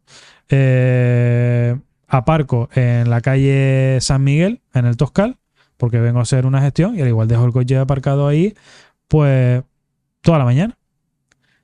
Y el vecino que está viviendo allí no puede aparcar. Pues el vecino que viene de Santiago del Teide, que viene a hacer una gestión, tendrá que ir a un parking. Un parking que no tengas que pagar un abono, sino un parking rotatorio. Te vas al parking más cercano que tú quieras. Y el que está aparcando en la calle San Miguel es el vecino del Toscal, que vive ahí, que tendrá una cuota ínfima, porque no es como la misma cuota que puedes tener en un parking, que en la zona están superando los 100 euros al mes. Claro, pero ya estamos hablando de que van a tener un coste ínfimo, pero que entonces... Pero tienes la prioridad. Claro, tengo prioridad, pero pago un parking y que también la tengo. No, pero no puedes comparar el coste. ¿Cuánto va a ser ese coste? No está calculado, pero el coste que tú, por ejemplo, en Las Palmas de Gran Canaria, que es el ejemplo más cercano, son un par de euros. O sea, no estamos hablando de un gran coste al día. Sí, ya, bueno, un par de euros al día son 60 euros al mes. Bueno, pero no creo que llegue a tanto el coste. Se están haciendo la parte económica del estudio para hacer esa zona de bajas emisiones, se está haciendo ahora. Y sí es verdad que se ha tomado de referencia Las Palmas de Gran Canaria, que funciona muy bien. Yo he ido varias veces a Las Palmas. Muy bien, si le cobras 60 euros a cada vecino. Yo voy a Las Palmas, tú vas a Las Palmas hoy, yo he ido un par de veces con el coche y llegas y aparcas. Y sabes que tienes tanto tiempo, que tienes un límite. Oye, media hora si vienes a zona azul y te limitas a eso. El problema es que si tú vienes a una calle en Santa Cruz, aparcas porque tienes la suerte de que pillas a uno que está saliendo con el coche y aparcas tú, no tienes ningún tema de limitación. Algunos te aprovechan y dicen, pues ya que lo aparqué no lo muevo en toda la semana, lo dejo ahí. Entonces eso es lo que no puede ser. Y de ahí la carencia, porque realmente el número de plazas de aparcamiento en Santa Cruz es alto. De las que existen hoy en día, sumando los parkings. Tenemos el parking más barato de Canarias en Santa Cruz. Es el parking del intercambiador. Ese parking puede tener abono mensual. Si utilizas el transporte público tienes una bonificación. El parking suele tener la última planta vacía. Normalmente la última planta del parking del intercambiador no se abre. Primero porque la gente lo desconoce, de que hay un parking en el intercambiador que es el más barato de Canarias. Y luego porque no tenemos el hábito de que tú entres en la ciudad, aparcas tu coche porque al igual vienes del sur o vienes del norte, aparcas el coche y según sales intercambiador puedes ir caminando, o coges el tranvía, o coges la guagua y te lleva a donde quieres ir. Ese hábito no lo tenemos. Y ese hábito hay que empezar a usarlo. Porque cualquiera de nosotros que viajamos a cualquier otro sitio, si nos vamos a Madrid, directamente nos vamos a la boca del metro. ¿Quién se le ocurre alquilar un coche en Madrid para ir al centro de Madrid? Hombre, yo no, porque yo no voy a Madrid de manera, o sea, a lo mejor si viviera en Madrid, pues a lo mejor tendría un coche. Si vives en el centro de Madrid hay muy poca gente que use el transporte privado. Normalmente te mueves en transporte público porque tienes una buena red, un buen servicio. O si quieres tener un vehículo privado tienes que tener un parking. Porque tú cuando entras en el centro de Madrid tienes que ir directamente a un parking. No puedes dejarlo en superficie. Y luego eso tiene un sistema de lectura de matrículas, que es lo que tenemos que implementar en Santa Cruz, que estamos sacando los proyectos para eso. Tienes un sistema de lectura de matrículas que sabe si tú fuiste a un parking o no. Si no fuiste a un parking tienes sanción. Porque obviamente un policía no te va a regular. Oye, ¿usted de dónde viene? ¿De un parking o no? Entonces eso así, aquí no va a ser así, porque no tenemos esos parkings. Pero sí que tú como residente no vas a tener ningún problema por ir a la zona centro. Ningún problema. Así tengas un coche diésel. El problema es para el visitante. Pero eso lo hacemos para favorecer al vecino. O sea, lo que nosotros hacemos desde el ayuntamiento es pensando en el vecino. Ahora mismo el vecino está desprotegido totalmente. Tengo el mismo derecho a aparcar en la calle San Miguel del Toscal, yo que vivo en Barranco Grande, al que vive encima de la plaza de aparcamiento que yo uso. Claro, pero el mismo derecho. Pero si yo digo, si yo me alquilo una plaza en un parking privado que me cuesta 70 euros al mes, yo tengo garantizada mi plaza de parking. Mi plaza de parking es en el piso 2, la número 14. Pero con los aparcamientos que hay en la calle, yo que soy un vecino de tal sitio, yo tengo garantizado con la cuota esa mínima de la que me has hablado, que yo voy a aparcar en la calle o voy a pagar 60 euros al mes o 50 euros al mes y a lo mejor no aparco porque nadie me lo garantiza? Pagas si aparcas. O sea, si aparco, pago al día 2 euros. Claro, no es que vayas a tener tú un abono mensual. Eso se puede hacer en parking, por ejemplo. En el Toscal tenemos ahora una zona de aparcamiento que se compró una parcela. Hay 35 plazas de aparcamiento que ahora la hemos cerrado para poder ir más rápido en la ejecución de la obra, para usar la acopio de material. Ahí vamos a demoler unas antiguas cocheras y ese parking va a tener 65 plazas de aparcamiento. Esas 65 plazas de aparcamiento que están en un recinto cerrado entre la calle La Rosa, Señor de las Tribulaciones y San Martín, nuestra intención es poner una barrera tipo parking de las Quinteras en La Laguna, por ejemplo, que es gestionado por una empresa municipal, que en La Laguna es Movisa, y aquí queremos que sea viviendas municipales. Y eso sí podrá tener un abono. Un abono, vas al parking de las Quinteras, por ejemplo, y la hora creo que son 60 céntimos. Es algo bastante asequible. Y tendrás un abono, pero en vía pública lo que te hace es que tú cuando llegas por la tarde a tu casa de trabajar, tú tengas la opción de aparcar en la zona verde y tengas preferencia porque ahí solamente vas a poder aparcar tú. No va a poder aparcar un vecino de Barranco Grande que venga a tomarse algo en la zona del Toscal. Yo tendré que ir a la zona azul y tendré una limitación de horaria. Sí, o al intercambiador. O al intercambiador. Pero vecino de la zona centro de Santa Cruz podrá tener preferencia en la zona verde, porque estará vinculada a la matrícula del vehículo, estará vinculada al padrón municipal de residencia. Entonces, yo sé que tú, que estás empadronado en la calle San Miguel, primero o segunda, corresponde esta matrícula y te sacaré la ficha y pagarás X, que será algo bastante económico, por supuesto que muchísimo más que un parking privado. Y ese es el camino trazado y el camino en el que estamos trabajando es ese. Primero los peatones, luego el transporte público, tercero el vehículo privado y preferencia siempre para el residente. Yo lo que sigo sin entender y seguiré sin entender es la cuota. O sea, si es un parking que está en la calle, ¿por qué me cobras? Pero bueno, ahí podemos estar aquí 2 horas. Porque es un espacio público y al final el espacio público, igual que hay concesiones administrativas de una terraza, es un espacio público. El espacio público es tan tuyo como mío. Si yo quiero hacer uso de él, por lo menos, oye, estoy pagando una cuota por hacer un uso de un espacio que es tanto tuyo como mío. Yo puedo tener el mismo derecho a aparcar en esa plaza de aparcamiento. Claro, pero ya pagamos un impuesto de circulación, a lo mejor por eso. O sea, Pero con el impuesto de circulación para las carreteras y demás, ¿no? Sí, o sea, al final es el impuesto de circulación, que además pagar. en Santa Cruz es el más barato. Con el impuesto de circulación ni siquiera cubrimos el mantenimiento de las vías en el municipio ni de lejos. Se nota. Pago. Eso se nota porque tenemos las calles hechas un desastre. No, mucho mejor, cada vez mucho mejor. Invertimos alrededor de unos 5 millones de euros al año en vías, ¿eh? Pues habrá que invertir 10. Debemos invertir más, pero se ha dado un cambio importante. Lo que pasa es que tenemos memoria a corto plazo. Nadie se acuerda de cómo estaba la Avenida de los Príncipes hace 2 años, ni cómo estaba la Avenida de los Mashuelos hace 8 meses, ni cómo estaba la Rambla hace 8 meses. Yo creo que se ha hecho mucho mejora de vías en el municipio, se ha invertido mucho. Lo que pasa es que somos de memoria corta. No, y que se ha invertido en zonas localizadas. Hay sitios a los que no se llega. De eso se queja también mucha gente, ¿no? Falta mucho más que hacer. Claro. Falta... Si no tuviera que hacer cosas, no existirían los políticos. Si estuviera todo bien y todo hecho. No voy a entrar en ese cajoncito porque el tema de la política yo... Bien, tengo 2 temitas aquí. Tengo 3 ya para terminar. Una cosa de la que hablamos antes, que hablabas tú, que todo el mundo se queja, el turismo, ¿no? No, hay que el turismo, hay que controlarlo, hay que regularlo y demás, hay que sea un turismo sostenible, tal, ¿no? ¿Qué hacemos con el tema de la inmigración?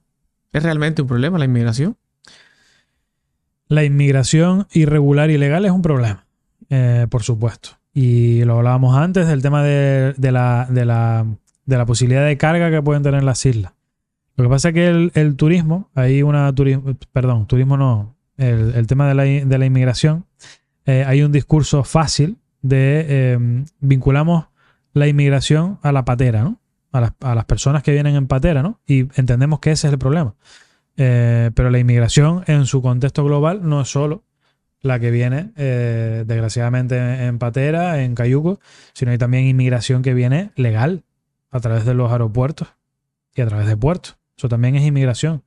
Sí, pero me refería a la ilegal. Ilegal es un problema y es un problema, se está generando un conflicto en Canarias, porque además las comunidades autónomas son las que tienen la responsabilidad de atender a los menores. Es responsabilidad de las comunidades autónomas. En este caso, los menores, ¿dónde llegan? A Canarias. Y en Canarias hay ahora mismo 5.400, 5.500, creo que es el último dato, de menores que están siendo tutelados por la comunidad autónoma en Canarias. Por lo tanto, lo que se intenta hacer es, oye, nosotros tenemos esta realidad por nuestra realidad geográfica. Estamos en África. Somos un territorio frente al continente africano. Por lo tanto, territorialmente estamos en África, aunque seamos administrativamente y políticamente somos europeos, pero somos africanos. Sí, en un mapa físico. Y ya está, eso no tiene discusión. Por lo tanto, ¿dónde llega la inmigración? A las costas de Canarias. Y las costas de Canarias, por ser la puerta de entrada, tienen que entender, tanto Europa como el resto de las comunidades de España, que por ejemplo a Madrid no va a llegar una patera. Obviamente, ¿no? Porque a lo mejor alguien no se ha dado cuenta de eso, ¿no? Que oye, es que en Madrid no va a llegar, por lo tanto, oye, yo no tengo ese problema, yo en Madrid no tengo ese problema porque no tengo mar y no me va a llegar una patera.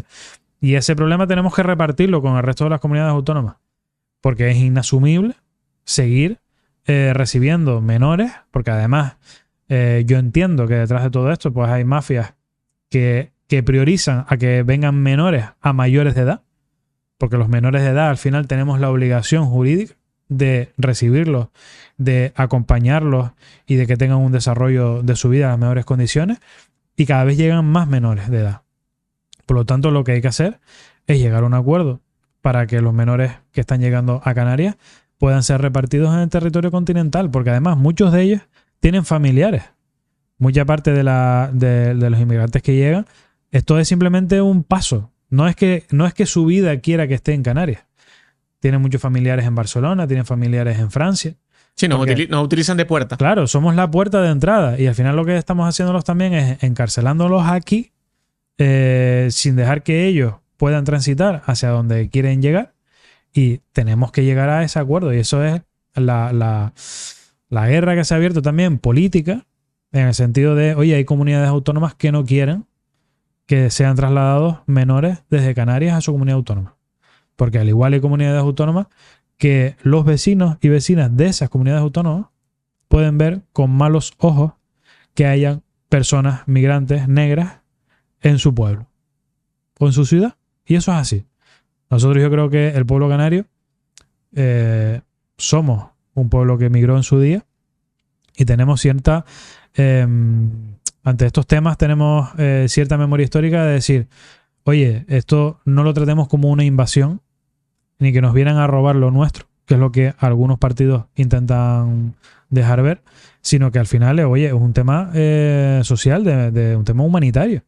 Y entiendo que hay comunidades autónomas que no quieren enfrentarse, los políticos de esas comunidades autónomas no quieren enfrentarse a sus vecinos diciendo, yo he traído a 1.000 menores migrantes de Canarias y ahora los vamos a cuidar nosotros aquí, en nuestra ciudad, en nuestra comunidad autónoma. Yo entiendo que no hay valentía política para hacer eso. Y ese es el principal problema, la política. La política que se está intentando hacer con el tema de la migración.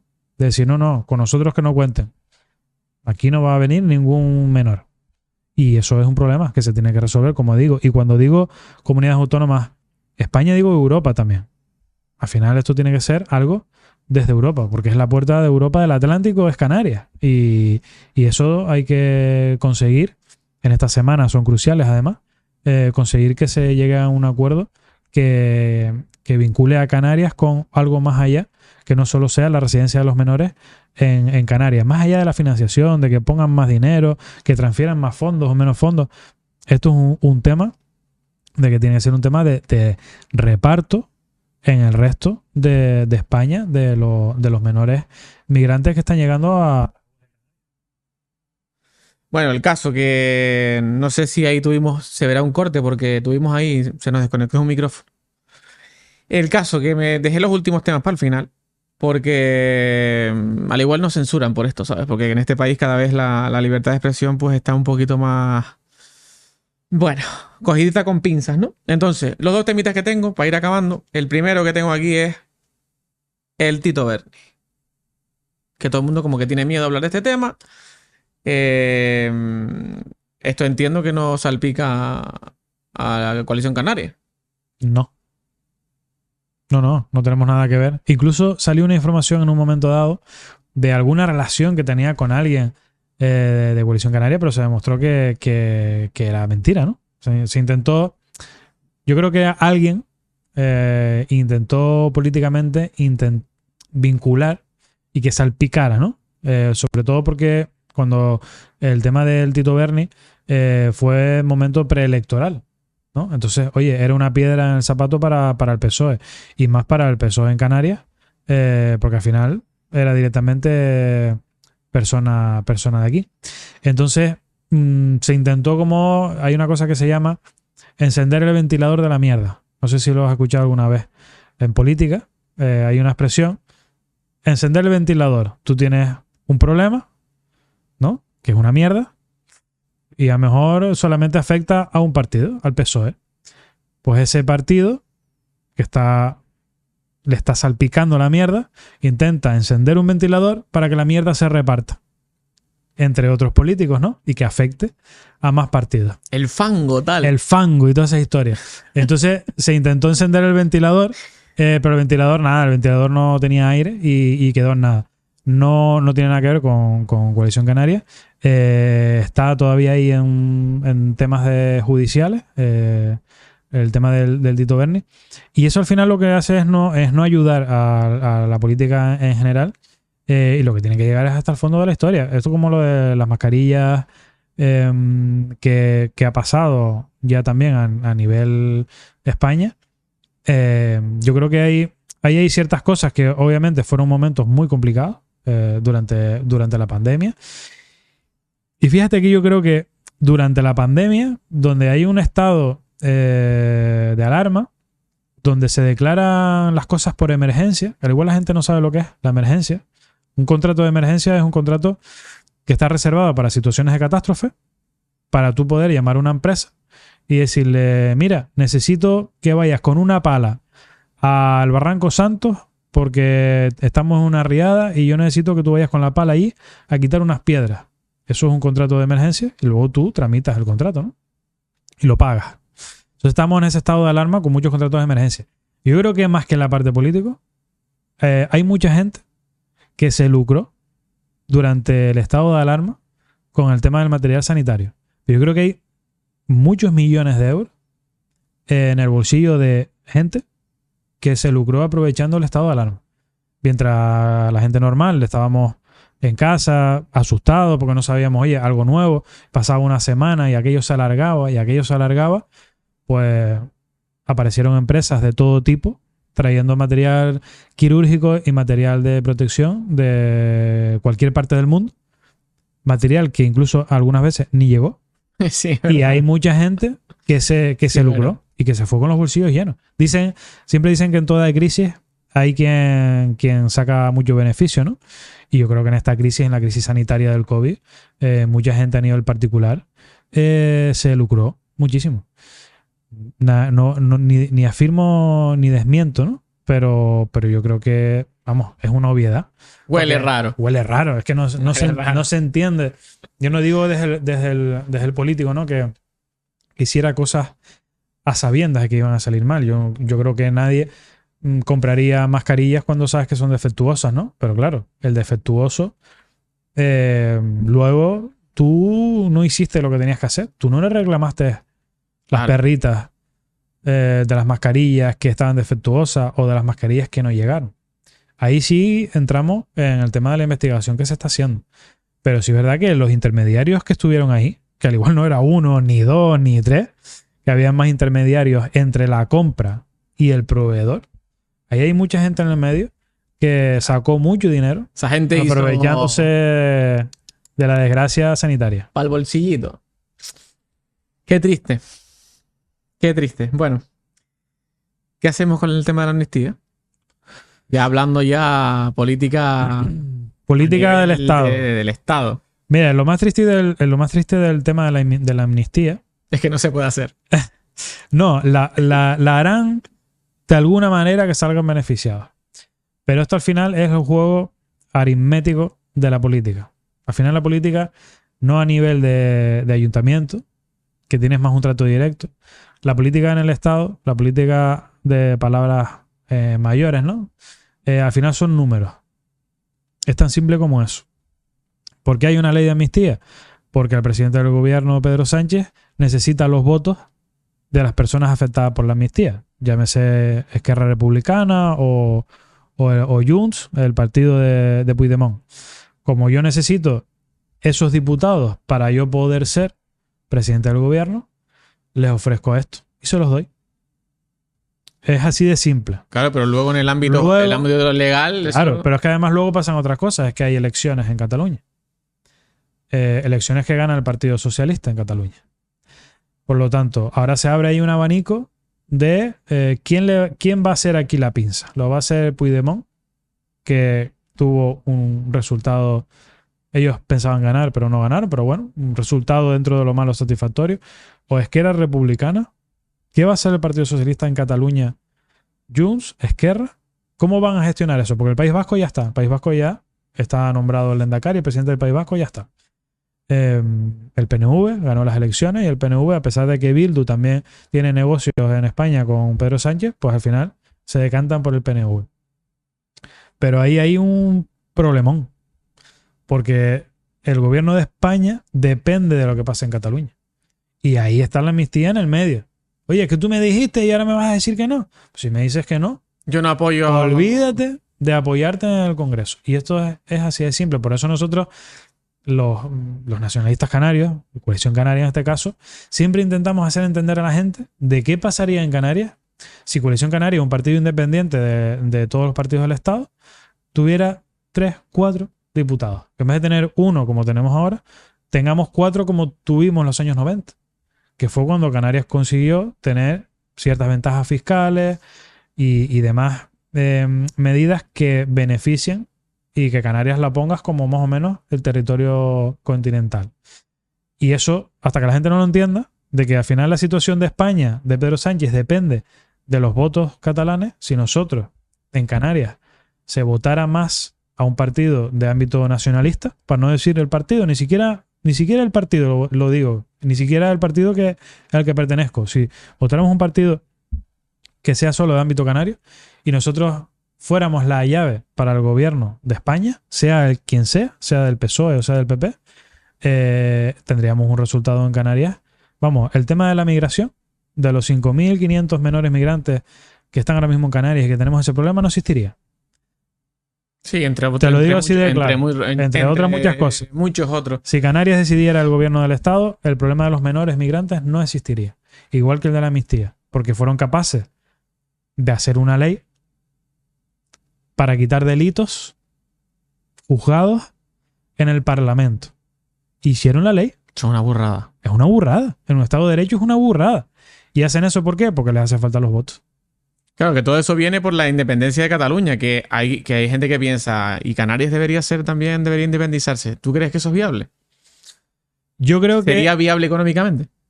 Ese es el cuento de siempre, ¿no? Cuidado que vienen y nos invaden y no sé qué.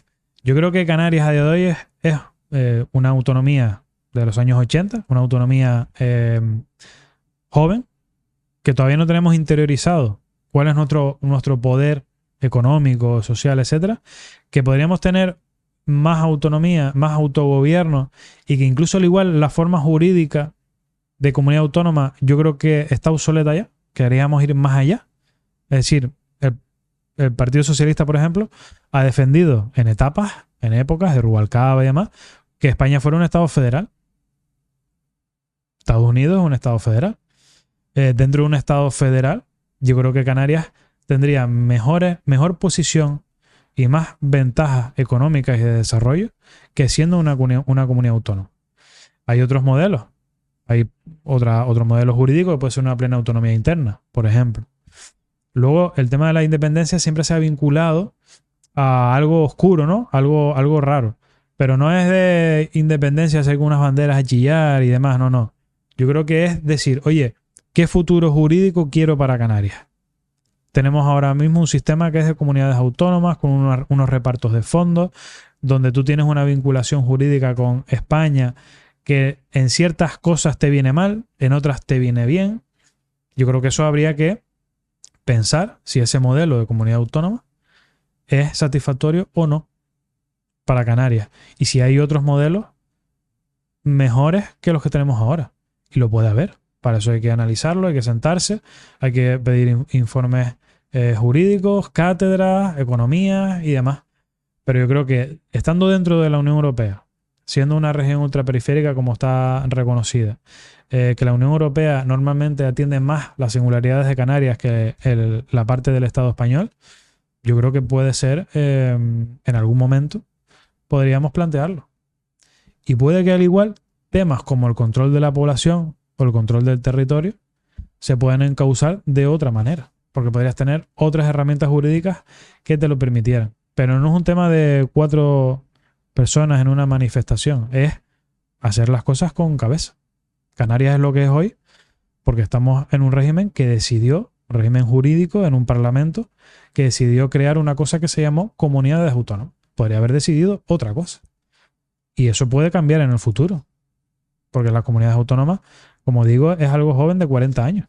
Al igual dentro de 10 años, España decide transformarse en otro tipo de Estado, con otro régimen de Estado español, que las comunidades autónomas sean otra cosa. Referéndum, tal. Lo del referéndum ya es diferente. El referéndum, siempre decía Jerónimo Saavedra, en unas intervenciones que tuvo, Jerónimo Saavedra, que presidente del gobierno de Canarias en el momento de la transición, luego autonomía y demás, siempre decía que el Estatuto de Autonomía de Canarias, el primero, no se llevó a referéndum, que se debería haber hecho, porque en el gobierno de Canarias, en ese momento gobernados por el PSOE, tenían miedo de que ganara la independencia. Es decir, de que Canarias no quisiera ser una comunidad autónoma, sino otra cosa. Y por eso el primer Estatuto de Autonomía de Canarias se aprueba por las Cortes y ya está. Pero en ese momento, obviamente, venías de una dictadura donde tú como canario estabas reprimido, mucho más que en la península, donde se cometieron atrocidades en islas como La Gomera durante la guerra y posteriormente de la guerra, durante la época franquista, donde tenías un Antonio Cubillo emitiendo desde África y que la gente en casa se escondía a escuchar a ver lo que decía Antonio Cubillo, que luego llegó, o sea, el Estado español atentó contra Antonio Cubillo porque querían asesinarlo y el Estado español tuvo que indemnizar a Antonio Cubillo porque jurídicamente en un juicio se demostró que el Estado español intentó matar a Antonio Cubillo por el mensaje que estaba trasladando a Canarias. O sea, era un problema para España ese germen que se estaba promoviendo en ese momento de la transición, ¿no? Con Adolfo Suárez como presidente del gobierno. Y posiblemente podía haberse tornado en que había mucho más apoyo popular a no ser una comunidad autónoma que a tener un régimen de comunidad autónoma dentro del Estado español. Y eso se vivió en los años 80. Lo que pasa es que, obviamente, ahora mismo no estamos en dictadura. Y tenemos libertad. Estamos en otro panorama completamente distinto. En libertad de expresión. Libertad de expresión entre comillas. Entre comillas, pero nadie entiende que el Estado español a ti te tiene amordazado, ¿no? Como decía, el yugo del Estado español. Eso la gente entendemos que no existe, pero sí que existe diferentes modelos jurídicos. Yo creo que Canarias es una nación. Y no lo digo yo por un tema sentimental. Jurídicamente Canarias es una nación. Estamos en un territorio que tenemos una cultura propia. Nuestra cultura, nuestra idiosincrasia, nuestra localización geográfica dentro del Atlántico, cerca de las puertas de África. Estamos en el centro del mundo. Canarias es el centro del mundo. Y yo creo que tenemos los condicionantes para ser, a día de hoy, somos una nación. Eso todo el mundo yo creo que lo tiene asumido. Pero sí es cierto que Canarias puede tener otro régimen jurídico diferente en su relación al Estado español y a Europa del que tiene hoy. Y que al igual en el futuro se da. Hoy no se dan las circunstancias. Claro, pero no se dan ni sociales ni políticas. Pero en el futuro se puede dar. Y al igual no viene desde Canarias, al igual viene directamente desde España, que dice, mira, oye, el modelo de las comunidades autónomas es un modelo caduco, tenemos que reformularlo. Porque al final dentro de las comunidades autónomas, porque el País Vasco tiene un régimen diferente, o Navarra tiene el régimen foral. Eso viene de leyes de la época de los reyes. Estamos ¿no? hablando de que seguimos perteneciendo al país. O sea, una independencia literal como tal. Pero que es una en plan, Canarias, país. Pero ¿y qué es la independencia? Somos un país. ¿Vas a levantar un muro alrededor de las islas y No, te vas pero- a separar del mundo? No, pero al final, esto- al final depende. Tienes la economía de un país detrás, tienes la defensa de un país, Claro. el Ministerio de Defensa. Tú ves detrás. normal. Nosotros que nos defendemos aquí, a Pero pierna. es que eso no lo tenemos por qué retirar. Eso no tiene por qué dejar de existir. Claro, tendríamos que seguir perteneciendo a España de una manera, a Europa, ¿no? De alguna manera. Europa. Hay que definirlo, pero tú ves normal que tú en un barco de Tenerife a Gran Canaria pases por aguas internacionales. No, eso no tiene ningún sentido. Yo no lo veo normal. Eso no tiene ningún sentido. Tú solamente vas por aguas, las millas para tú ir por aguas, entre comillas, Canarias, es entre Tenerife y La Gomera, porque está el trayecto más cerca. Entonces, Canarias al final no tiene aguas interiores. Las aguas interiores de Canarias son aguas internacionales. Ahí estamos con una lucha, vamos, de la época de Victoriano Ríos, de las aguas canarias, porque al final son unas aguas estratégicas en el mundo. Y nosotros tenemos aguas internacionales alrededor. Yo creo que eso, tú se lo cuentas a alguien que no sepa qué es Canarias, y tú dices, ¿cómo va a ser eso? Si eso no tiene ningún sentido. Sin sentido total. Entonces, eso es una de las cosas que tú dices, aquí hay que poner una solución. Y la solución tiene que ser una solución jurídica. Canarias tiene que controlar sus aguas. Las aguas de Canarias son riqueza. Economía azul, turística, a lo mejor puede haber un yacimiento, pero no lo hace. Y encima, la Unión Europea, con la mediana con Marruecos, con el Estado español, negocian cosas que tú no te enteras y al final las explota otro país. Sí, claro. Y tú te quedas mirando. Y los recursos que son tuyos, que están en tu territorio, tú miras así y ves cómo se lo están llevando.